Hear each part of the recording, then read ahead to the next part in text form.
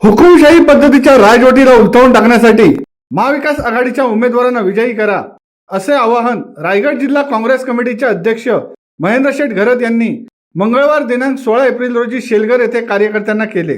मावळ व रायगड लोकसभा निवडणूक 2024च्या प्रचारासंदर्भात काँग्रेसच्या कार्यकर्त्यांची बैठक व पत्रकार परिषद येथील समाज मंदिर हॉल येथे घेण्यात आली। त्यावेळी महेंद्र शेठ घरत हे बोलत होते। यावेळी विचारपीठावर काँग्रेसचे जिल्हा उपाध्यक्ष मिलिंद पाडगावकर, काँग्रेसचे तालुका अध्यक्ष विनोद म्हात्रे, काँग्रेसचे पनवेल तालुका अध्यक्ष नंदराज मुंगाजी, काँग्रेसच्या रायगड महिला अध्यक्ष श्रद्धा ठाकूर, महिला तालुका अध्यक्ष रेखा घरत तसेच अन्य मान्यवर उपस्थित होते। यावेळी बोलताना महेंद्र शेठ घरत म्हणाले की देशामध्ये मोदी सरकार विरोधात प्रचंड असंतोष निर्माण झालाय। ही निवडणूक हुकुमशाही विरुद्ध लोकशाही आणि संविधान वाचवण्यासाठी आहे, हे सर्वसामान्य जनतेच्या लक्षात आले आहे। त्यामुळे या निवडणुकीत भाजपला त्यांची जागा जनताच दाखवेल। मावळ लोकसभेचे संजोग वाघेरे पाटील व रायगडचे अनंत गीते यांना भरघोस मताने विजयी करा। महागाई बेरोजगारीमुळे येथील जनतेच्या जीवनमरणाचा प्रश्न निर्माण झालाय।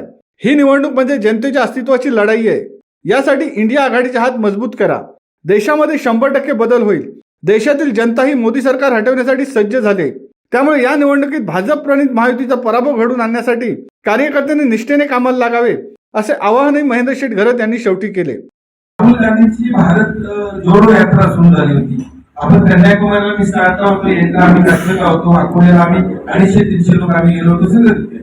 तर त्याच्यामध्ये तुम्ही एक विचार करा, तर जनतेला कनेक्ट झाले, जनतेचे प्रश्न मॅनिफेस्टोमध्ये आहे। हा काँग्रेसने काय केलं? काँग्रेस सांगत काँग्रेसने काहीच नाही केलं। ते सांगतात आता 2014 पासून भारत निर्माण झाला, पण तुम्ही अनेक एनजीओ किंवा बाकी सगळ्यांची तुम्ही स्टेटमेंट काँग्रेसला शून्यातून केले कुणी असेल। आणि आज फडणवीसांना अधिकार नाही बोलण्याचा।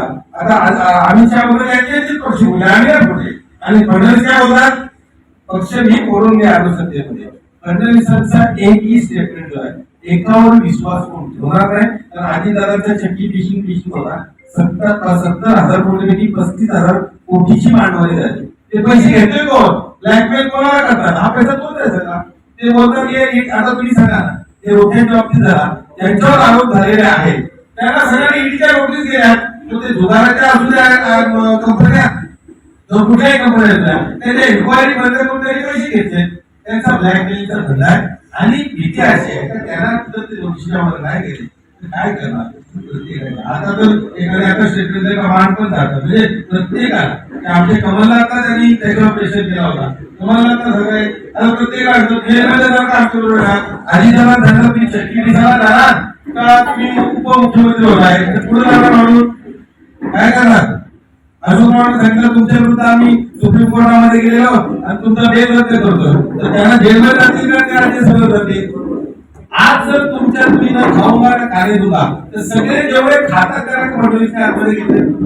आज सगळ्यात मोठा जर कुठला पक्ष असेल तर तो भारतीय जनता पार्टी आहे। शिवसत्ता टाइम्स न्यूज ब्युरो उरण। दे धडक बेधडक वृत्त देणाऱ्या आपल्या शिवसत्ता टाइम्स न्यूज चॅनलला लाल बटन दाबून सबस्क्राईब करा आणि बेल आयकॉनला क्लिक करायला विसरू नका।